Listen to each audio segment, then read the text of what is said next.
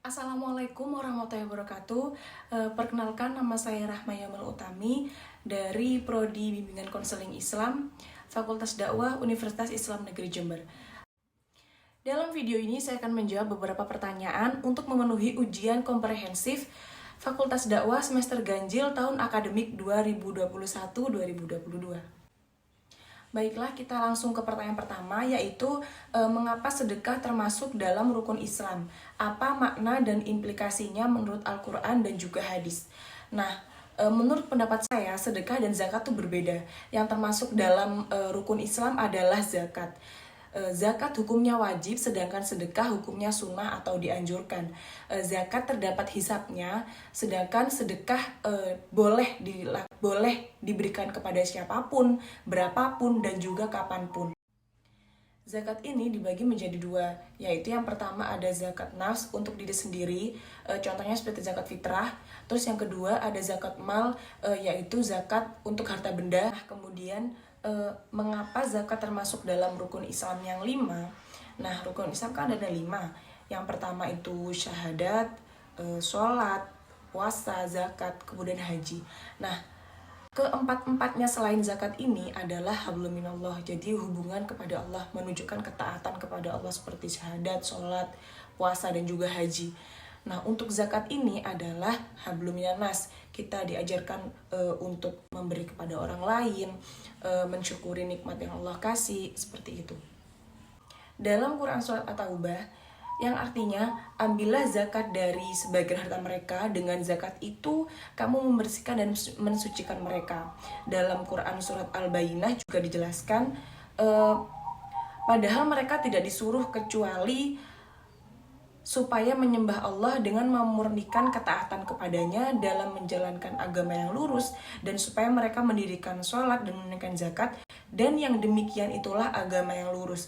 Jadi sudah jelas bahwa hukum zakat adalah wajib. Mereka disuruh untuk menunaikan zakat karena untuk mensucikan diri mereka dan juga membersihkan harta-harta yang mereka miliki. Selain dalam Al-Quran, hadis riwayat Bukhari dan Muslim juga menjelaskan bahwa Rasulullah mewajibkan zakat fitrah 1 sok kurma atau 1 sok gandum atas umat muslim, baik hamba sahaya maupun merdeka, baik laki-laki maupun perempuan, anak kecil maupun anak dewasa. Beliau memerintahkan dilaksanakan sebelum orang-orang keluar untuk melakukan sholat id. Selanjutnya kita ke soal nomor 2. Aliran keagamaan dalam Islam sudah ada sejak 14 abad lalu. Apa bentuk dan nama aliran-aliran semisal Mu'tazilah dan lain-lain itu di saat ini di Indonesia? Menjelaskan kemiripan semua aliran tersebut di masa lalu dengan masa kini. Aliran di Indonesia itu sangat banyak. Islam sudah terpecah belah menjadi banyak golongan. Kita sebut saja golongan. Untuk golongan yang pertama, yaitu golongan yang memiliki sangat banyak pengikut di Indonesia, yaitu Ahlus Sunnah wal Jamaah. Jadi apa sih Ahlus Sunnah wal Jamaah ini? Ahlus Sunnah wal Jamaah adalah golongan Ahlus Sunnah wal Jamaah adalah golongan yang mengikuti sunnah-sunnah Nabi dan juga mengikuti pendapat-pendapat para sahabat Nabi, seperti itu. Ahlus Sunnah wal Jamaah ini memiliki 4 madhab, yaitu madhab Syafi'i, Maliki, Hambali, dan juga Hanafi. Untuk di Indonesia sendiri, madhab yang digunakan adalah madhab Syafi'i.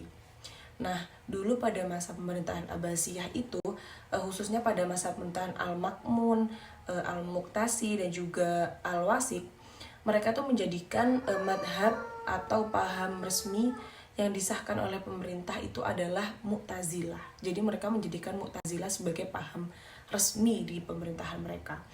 Nah, tapi dalam masa penyebarannya, Khalifah Al-Ma'mun ini melakukan pemaksaan terhadap orang-orang jam pemerintah, terus masyarakat, memaksa mereka untuk mengikuti paham Mu'tazilah ini. Terus lama-kelamaan para ulama beserta masyarakat juga menentang paham Mu'tazilah karena sikapnya karena cara penyebarannya yang kurang bagus, mereka yang juga melakukan pemaksaan. Nah, kemudian para ulama dan juga masyarakat mereka menentang paham Mu'tazilah. Yang menentang paham itu mereka berkumpul dan bersikap tegas untuk menentang, untuk membenarkan bahwa akidah Ahlussunnah wal Jamaah ini adalah akidah yang benar, seperti itu. Nah, dukungan tersebut semakin banyak terutama setelah kejadian peristiwa Mihnatul Quran, yaitu peristiwa di mana fitnah yang semakin menimbulkan keresahan dalam masyarakat pada saat itu, sehingga semakin banyak masyarakat yang benci dan menentang pemerintahan termasuk pengikut Mu'tazilah.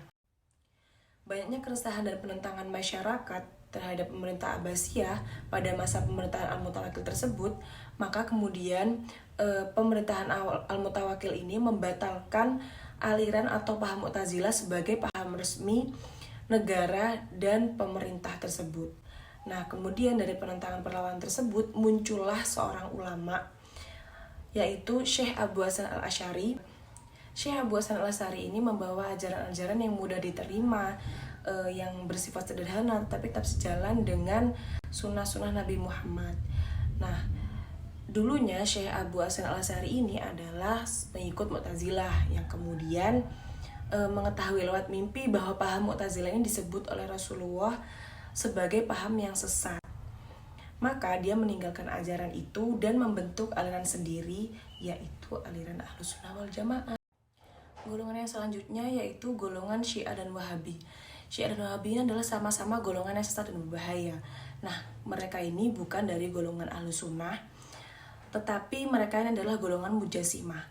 Mujasimah ini adalah meyakini Allah bertempat dan tempatnya di langit atau di arsy. Padahal langit atau arsy itu adalah makhluk Allah dan mustahil Allah membutuhkan makhluk yang namanya tempat. Ada juga Hizbut Tahrir Indonesia yang disingkat dengan HTI. Ini adalah salah satu golongan yang kemarin sempat ramai diberitakan karena memang mereka dibubarkan dan membuat masalah.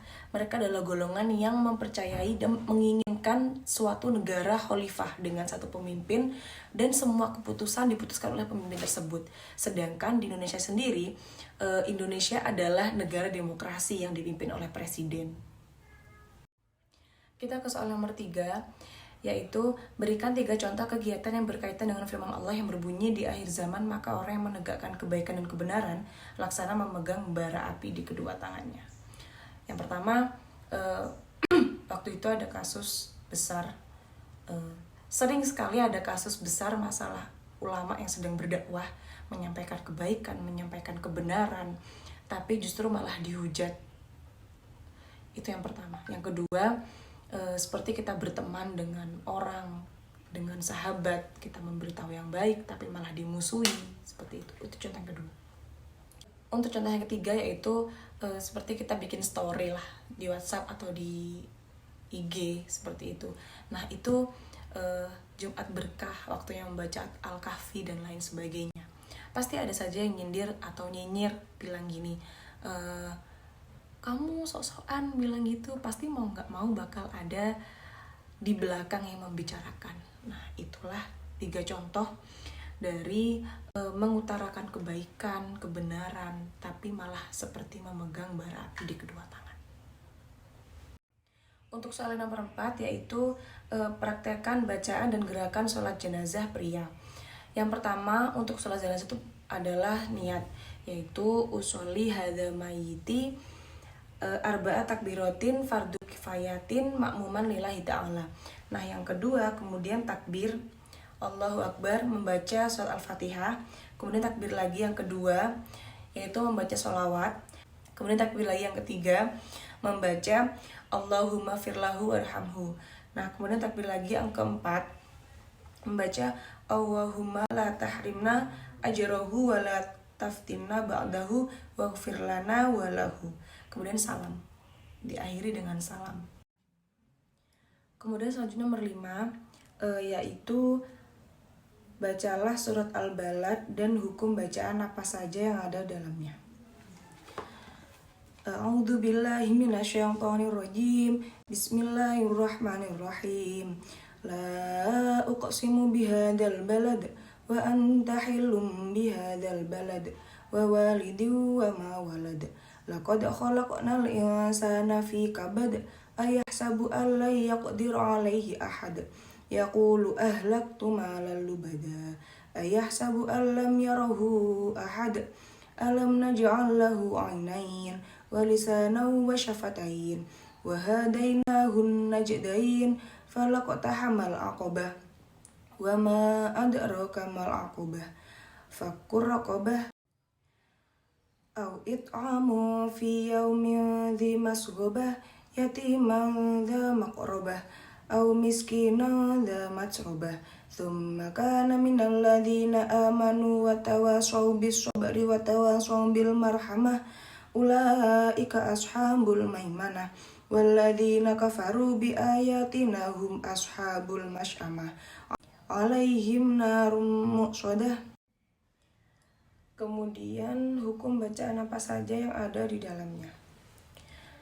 Ayat yang pertama, la uqsimu bihadzal balad, uqsimu qafnya adalah qalqalah, kemudian wa anta nun sukun bertemu dengan taknya adalah ifa, hilum bihadzal balad, duma tamim bertemu dengan ba adalah iklab, kemudian wa walidi wa ma walad, kasrah tamim bertemu dengan wawu adalah idgham bi gunnah, laqad khalaqna, dal sukun dan qaf sukunnya adalah qalqalah, al insanu nun sukun bertemu sinya adalah ifa, kemudian fi kabad, dal matinya adalah qalqalah, kemudian ayah sabu Allah nun sukun bertemu lam idgham bila gunnah, Allah yaqdira, nun sukun bertemu ya adalah idgham bi gunnah, kemudian yaqdira qafnya adalah qalqalah, ahad dalnya juga qalqalah, yaqulu ahlaktu malan lubada,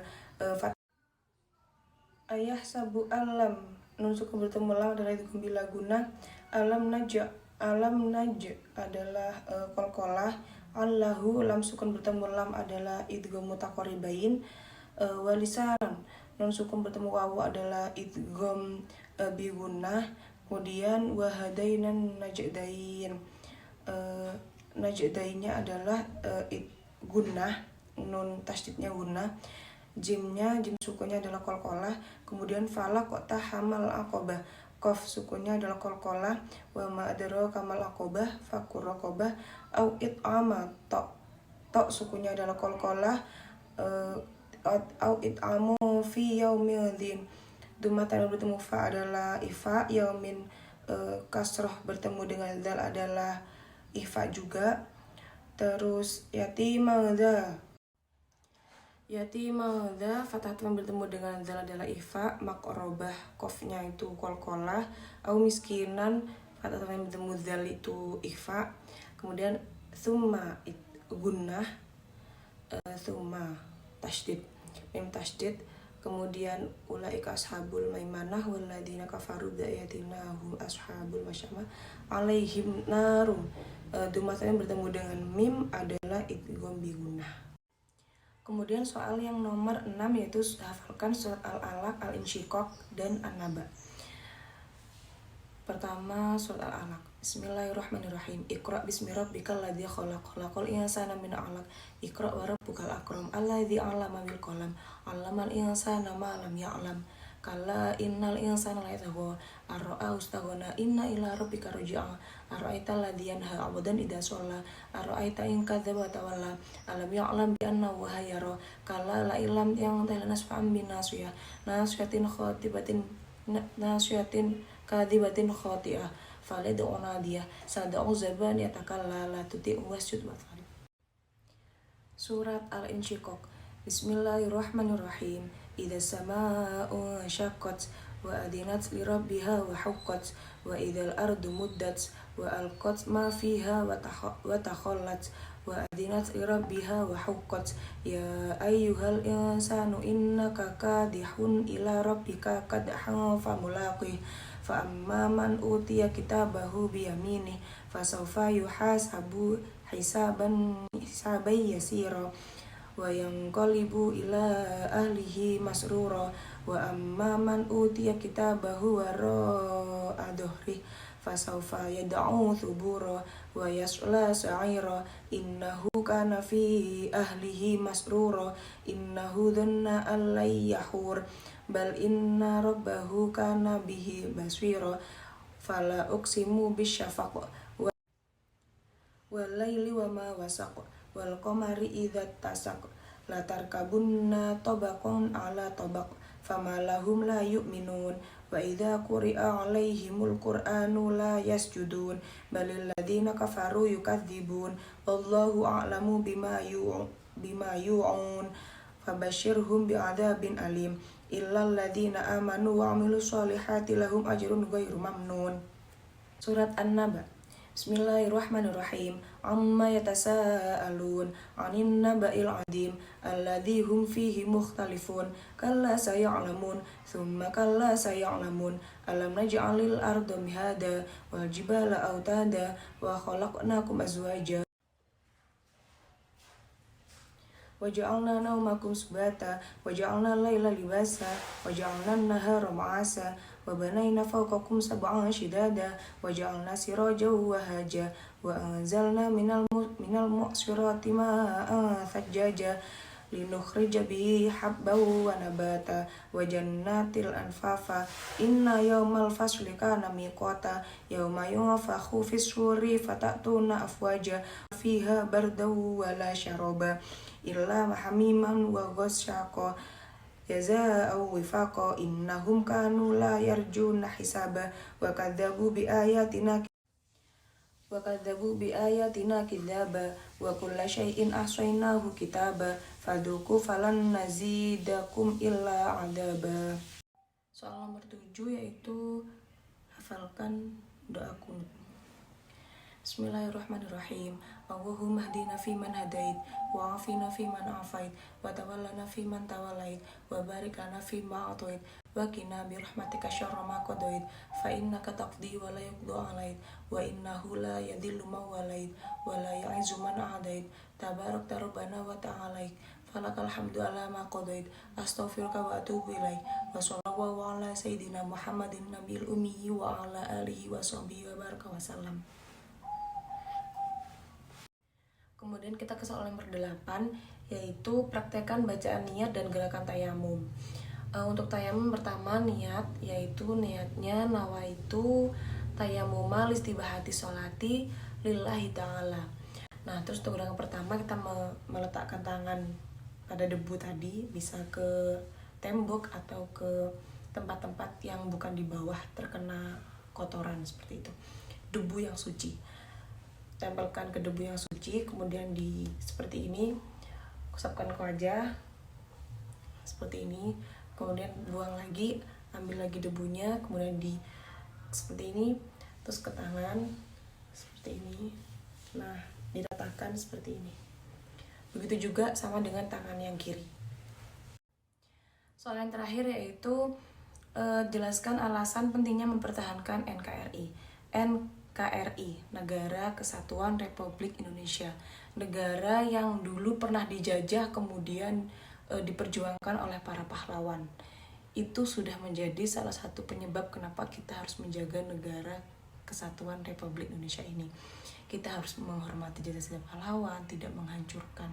Cukup hanya menjaga, tidak perlu merusak, tidak perlu memperbaiki. Cukup dengan menjaga, menjadi warga negara yang baik, menjadi anak bangsa yang baik. Alangkah lebih baiknya dapat membanggakan dengan prestasi, dengan apapun yang membanggakan seperti itu.